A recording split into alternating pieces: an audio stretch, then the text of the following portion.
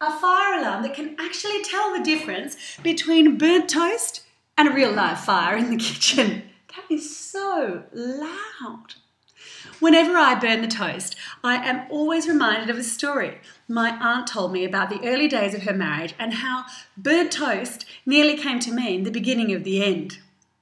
So my aunt's been married about a week and it's the first Sunday, and she makes her husband, my uncle, breakfast in bed.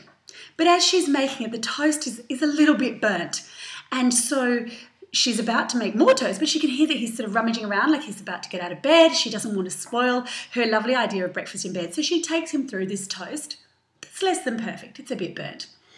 And she says to him, oh, sweetheart, here's your breakfast in bed. I wanted to, bring you breakfast in bed on our first Sunday of our marriage. I'm sorry, the toast is a bit burnt. I can go and make some more toast if you like. My uncle, not wanting to disappoint his new bride and wanting to graciously receive this lovely breakfast that she'd intended for him, says to her, oh, don't worry, sweetheart. I don't mind that the toast is burnt. Actually, that's exactly how I like my toast. And so, for the next 35 years, she continued to burn his toast.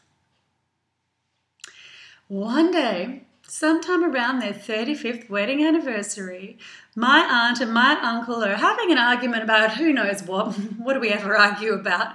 And my uncle blurts out, and I can't believe you've been burning the toast for 35 years. The lesson for us all here is that sometimes taking the path of least resistance, keeping our mouth shut when we actually should be saying something, can lead down towards the road of more destruction. And this is what we all need to learn how to do.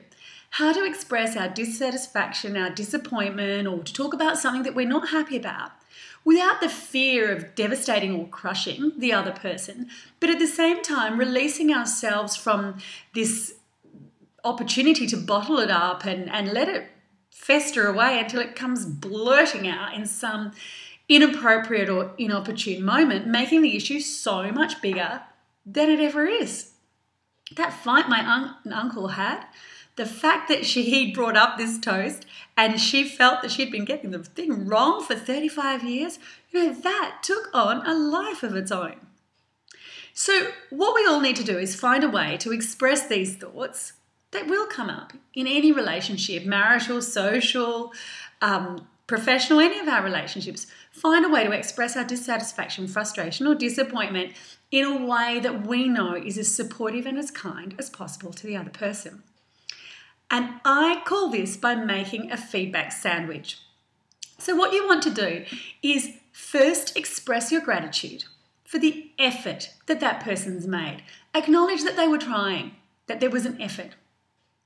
Then provide your feedback in as emotionally neutral way as possible and in as constructive or helpful way as possible. And finally, to conclude once again with a reinforcement of your gratitude and appreciation for the effort that they made. Gratitude, feedback, gratitude. That's the sandwich that you want to create. What my uncle should have said was, thank you so much for bringing me breakfast in bed. What a lovely idea. You're right, the toast is a little bit burnt, and next time, I'd probably like it a little bit less done, but this is fine for now. And, what a lovely idea. Thank you so much. So say something at the time. Don't let it build up, fester away, or take on a life of its own. If you like this video, like it, and please share it with your friends. I'll be back again next week with another episode, and until then, take care and remember, it's not about having it all, it's about having the things that matter.